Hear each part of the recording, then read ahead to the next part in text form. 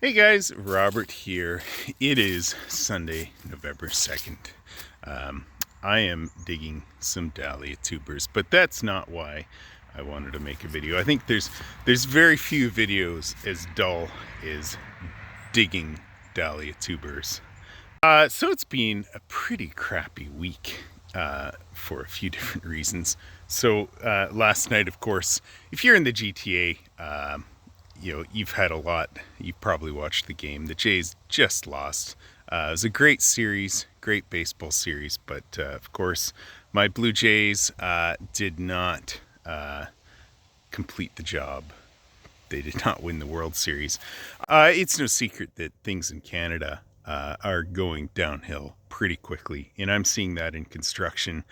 I'm no longer in the new construction world, but I have a lot of friends who are, and they're telling me that subdivisions that would have seen 200 300 units sold within the first 2 or 3 days of opening are now getting maybe 10 to 15 units sold after 3-4 weeks opening, and so there's no reason for them to invest in breaking ground and building houses. There's a lot of reasons for that, but the immediate impact is tradesmen's, contractors, plumbers, framers, roofers. A lot of people are out of work right now, and that kind of sucks. I've been able to insulate myself from that because I work directly for homeowners, and I've been able to carve out a niche that I don't really have any involvement in new construction work, but it's going to affect every aspect of the Canadian economy, and I think job losses, unfortunately, are going to pick up. Things are not looking good, and unfortunately, our government seems to be pretty out of touch with what everyday Canadians are going through.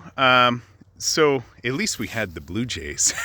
The Blue Jays were doing great, and it may be, it sucks that you might be foreclosed on and you can't pay your bills and you don't have work, but when your baseball team is winning, at least you can smile, right? Now, isn't that a great clump of tubers? What do we got here? This is Kamano Sitka.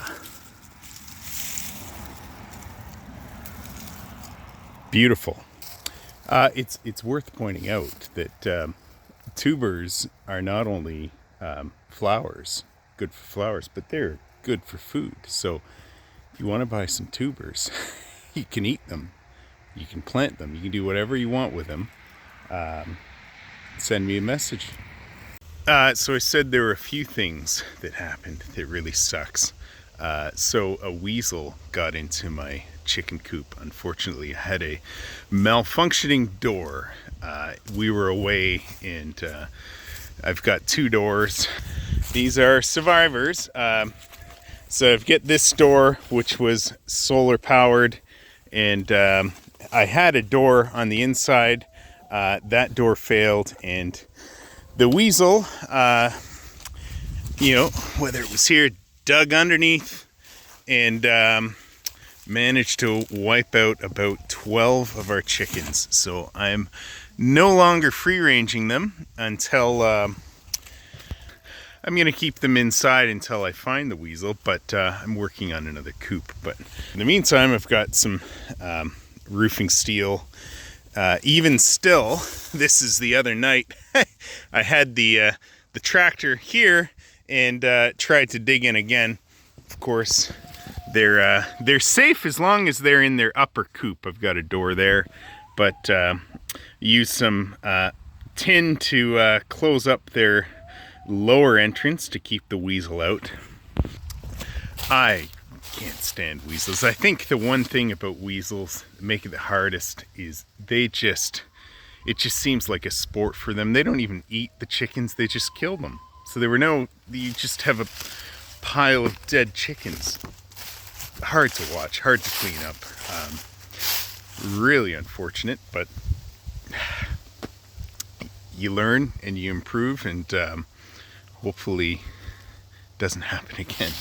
So this will be my winter coop, my new improved coop. Just trying to keep it as simple as possible. Have some older 6x6 kicking around and some 2x10s. So the idea is I can move it with, hit my head there. The idea is I can move it with forks. It can be moved around. That tractor is not really appropriate for winter. This will be a lot better for winter. So just throwing that together, gonna get some siding. I might actually insulate it a little bit. Got an old door that will go right here. Put a couple windows in there, and build it as weasel proof as I can. So that is that's in the works. Kind of, I think I'll finish that up once I finish with the tubers. So the third thing that really sucks is I've got 5 different bee yards. Of course, most of my bees that I have in sheer numbers are at my home. I've got about 56 hives here at my. They took the corn down just last week, but I've got about 56 hives here. All of my yards were actually looking really good. I'm going to be getting them wrapped, doing my final oxalic acid vapor mite treatments. But one of my yards that I had just checked on just a couple weeks ago, 7 hives, and they were looking fantastic.